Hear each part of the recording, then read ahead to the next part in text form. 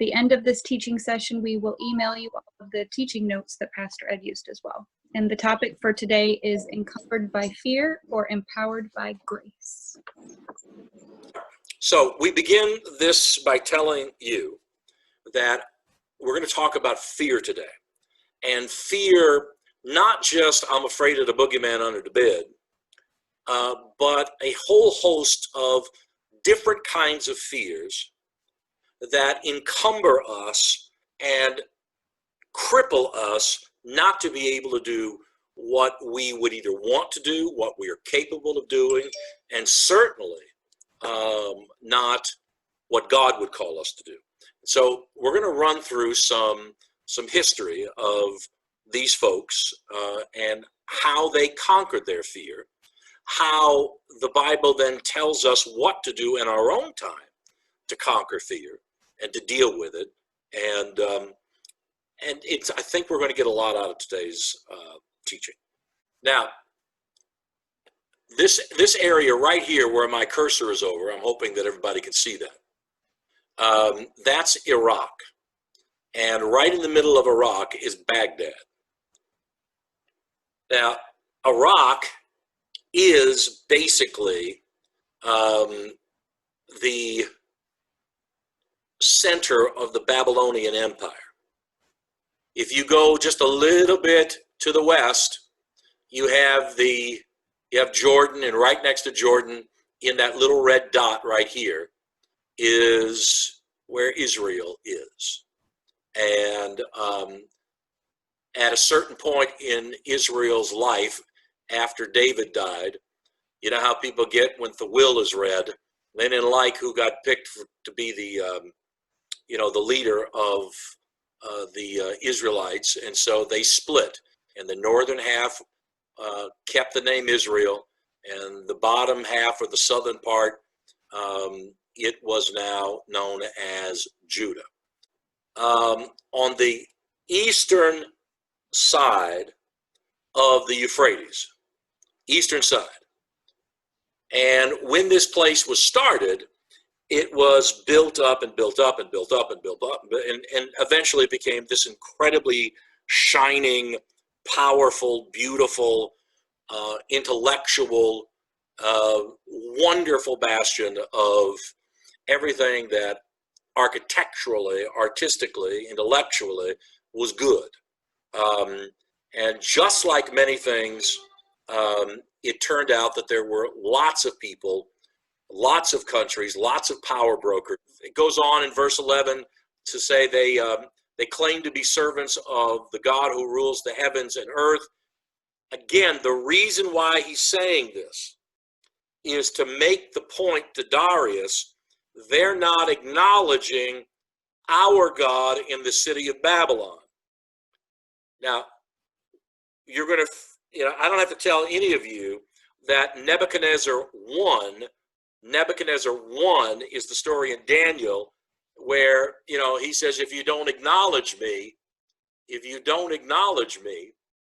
then we're going to put you all in the furnace. And Daniel was very quick to say, we don't have to worry about your little silly butt. The God that is protecting us, that we are part of, that we claim, will protect us. Well, that's Nebuchadnezzar 1. Now, we're going to get to Nebuchadnezzar 2 in a minute. So we were told that the people had made God angry, and he let them be captured by Nebuchadnezzar. That's Nebuchadnezzar 1, the Babylonian king, who took them away as captives to Babylonia. Now, they stayed, a huge amount of the Jews stayed. All right, we're going to turn Larry's mic off there for a second. And they stayed and were for a few generations, they lived in Babylonia. They no longer had an identity. They no longer had any power. They were either slaves or darn close to them. They were conquered people. Again, that's part of the entire culture of the whole region. City-states were a big deal. People lived it didn't take very many decades where people were constantly thrown back into some level of fear. Something else was going on that overturned their sense of security. You think about what's going on now. Think about what happened during the Civil War in the United States, or World War I, or World War II, or anything in any number of other countries. People in this world are consistently, systematically thrown into fear. I wish I could tell you that it is unusual. It is not. It is commonplace of the human condition. Now it says here, now this is important. I want to give you this little understanding of Babylon. Babylon is the same as referring to the Chaldeans. The city of Babylon was established 2,300 years before the birth of Jesus and sat 50 miles south of the current day Baghdad, Iraq, adjacent to the Euphrates rivers. About 1,750 years, or in other words, about 600 years after it existed, Hammurabi conquered the city. Now, if you guys remember your social studies and world histories from high school, the Hammurabi Code said, don't be a bad person or we'll kill you. Don't steal something or we'll cut your hands off. Don't slap your children on Thursday or we'll slap you and throw you in a ditch. I'm summarizing it, but it was very, very similar to you either act right or there is hell to pay. And Hammurabi decided to not stop with conquering just the city of Babylon. He then took all the money, all the people that he and the troops that he had at his disposal, and started conquering people all over the region. People were living in fear every single day that another army would run through them. Many centuries later, Cyrus took over and reestablished the Babylonian Chaldean Empire to a much greater level. And he had a different philosophy as Hammurabi and those that followed after him, is that as long as you all didn't act up crazy, we're going to let you stay where you are. Just send us your taxes. You can even do your own gods. Just don't pretend that we don't have our own. And very much the Roman Empire matched what Cyrus modeled in Babylonia. But please don't mistake, people lived in fear. Cyrus appointed some guy named Sheshbazzar. Now, this Sheshbazzar, Cyrus, the good guy, he's the same person that's Shenazar in 1 Chronicles 3:18. It is not an unusual thing in the Bible to have the same person having different names. Sometimes that's due to who's writing that particular part of Scripture. Sometimes, depending upon, other names that are attributed to people, it flips back and forth. All right, so Sheshbazzar was actually part of the family after Solomon died that was no longer in power. And so Cyrus decided, the new king of Babylon, that to show people in the southern kingdom of Judah that he's a good guy, don't start a mess, do what I ask you to do, everything will be good. In fact, I'm even going to put in one of the former family members of Solomon, and he's going to be my representative. Now, I want you to understand that this was a ploy by Cyrus, and most people did not respect him, didn't want him, thought he was a puppet of Cyrus. He would have liked it all, and it just laid the foundation that fear and people were going to come get you at night. Sheshbazzar was then given the gold and silver articles that used to be in the old Jerusalem temple that were taken away to the Babylonian temple back. And the goal was, go build this thing. And when you build it, let everybody know that the good King Cyrus is giving you back your treasure to put in. Well, the problem was that Cyrus didn't live long enough. Let me just stop this for a second. We'll go back to that. I want to ask you all a question.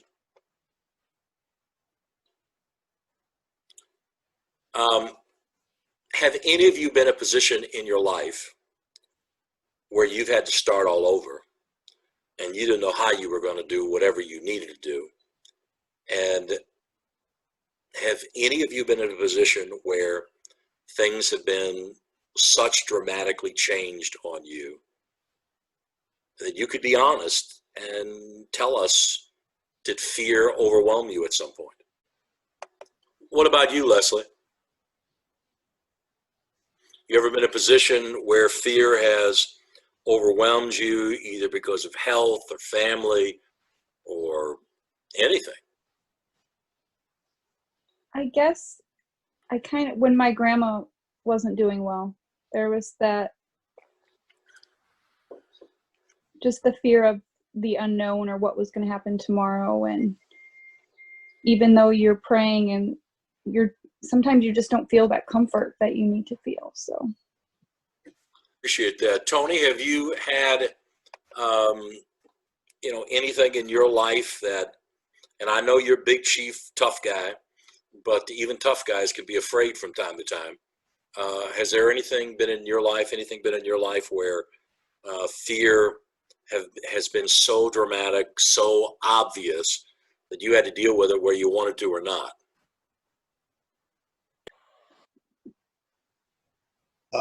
When my son got ripped out of my life in 1988,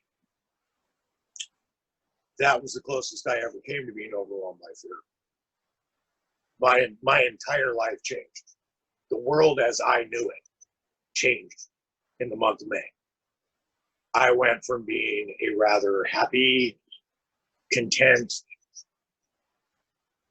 woman, kid, job, to finding out that pretty much an entire town had betrayed me. And that was something. Sense that your protection is not from you. It comes from who you are connected to. The fear of failure is a big deal for people. People will not try new things. They will not work someplace else. They will stay,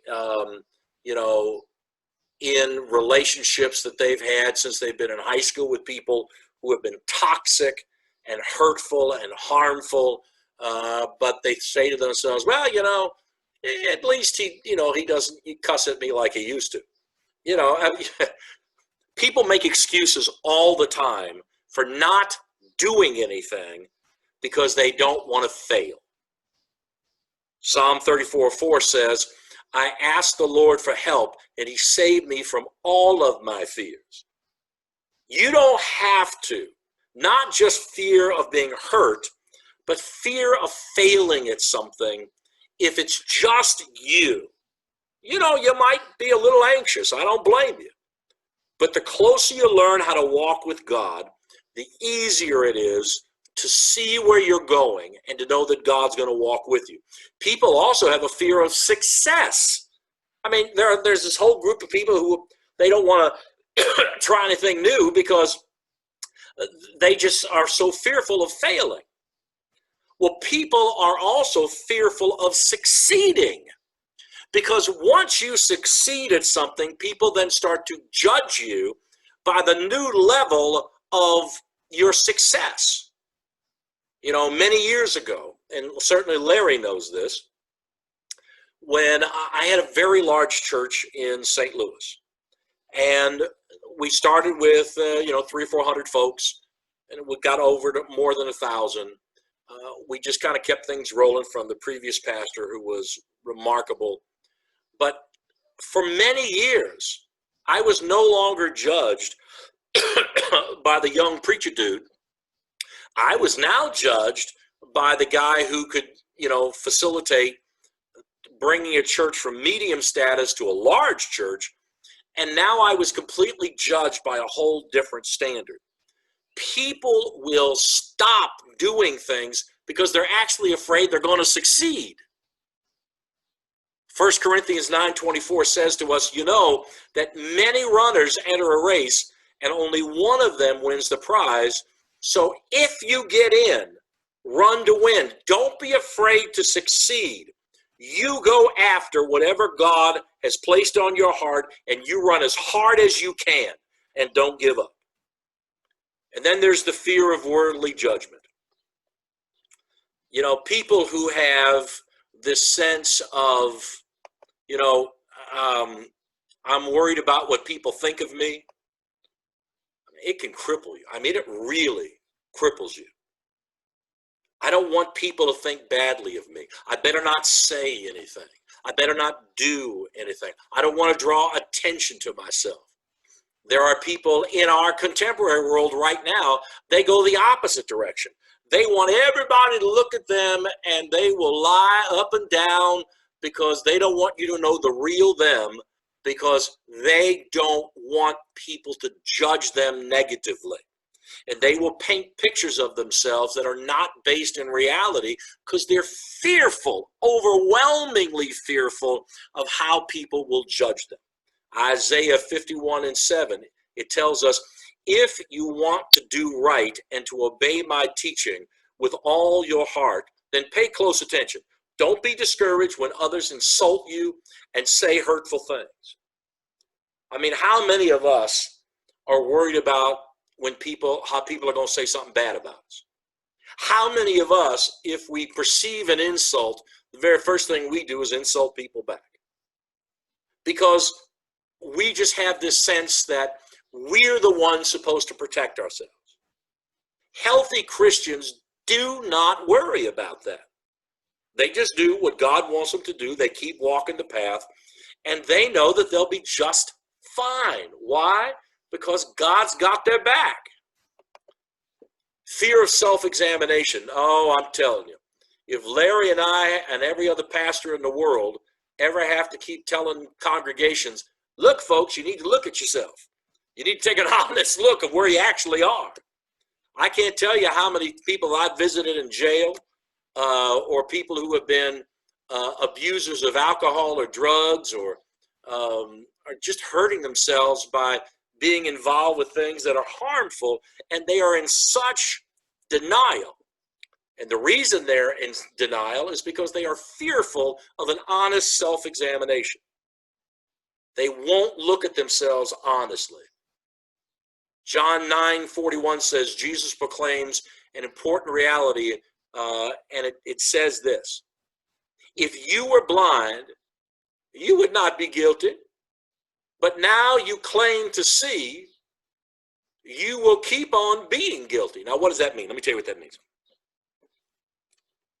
If you didn't know you were doing bad, you just kind of living and going and everything's fine. And if I told Manny the other day, you cannot do this, he says, well, why? And I gave him the reasons why. So now he is enlightened. He understands why it's bad, why you shouldn't do it. He's been told why, and then he's been told, I told him, look, I love you, but you can't do that anymore. He now knows. Well, in a much larger picture, if you claim Christ, if Christ is in you, on you, all over you, if it's in front of you, behind you, you're standing on it, it's in your head, it's in your heart, if you have seen the light, I saw the light, that song. Well, there's a reason why that song means so much. It's because once you see the light, you know what's wrong. You do know what's wrong. And you cannot claim anymore that you don't know. And so if you keep doing it, I'm not saying you get Jesus in your life and all of a sudden you're an angel. That's not how it works. But you really do know what you should and what you shouldn't be doing. And you're fearful of taking an honest look in the mirror about who and what you've been and what you've been doing. And then there's the last one, and that's the fear of loss of control. In Luke 22:42, it shares with us Jesus' attitude and demeanor regarding this ongoing challenge. And it reads, Father, if you will, Please don't make me suffer by having me drink from this cup. But do what you want and not what I want. It's really hard. It's really hard to let go and let God. Remarkably hard to let go and let God, because you want to keep some fake idea that you're... Fear is a big deal in everybody's life. But to have Christians walking around and look, you can be aware that you shouldn't do something, or this may be safe, or, there's fear of, God knows how many times we've heard this. We haven't done it that way before. I'm not sure. Maybe we shouldn't do it right now. I don't think that I can. I'm worried about, I'm anxious about, those are normal human emotions, and they happen. They're supposed to happen. But a Christian that becomes crippled by fear is not a Christian that's mature in their faith. They don't need to feel guilty or shamed, because that's just part of the growth process. But if you're overwhelmed by fear, any one of the categories that we talked about, that's let's get on our knees.